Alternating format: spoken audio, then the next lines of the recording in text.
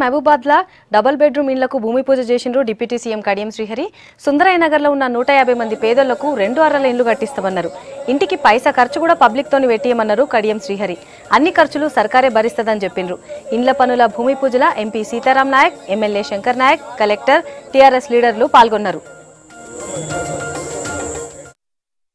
9 ఎకరాల 19 గుంటలలో 300 మంది లబ్ధిదారులకు డబుల్ బెడ్రూమ్ ఇండ్లు G+1 ఇళ్ల నిర్మాణం చేయాలని చెప్పి నిర్ణయం తీసుకొని శంకుస్థాపన చేయడం జరిగింది.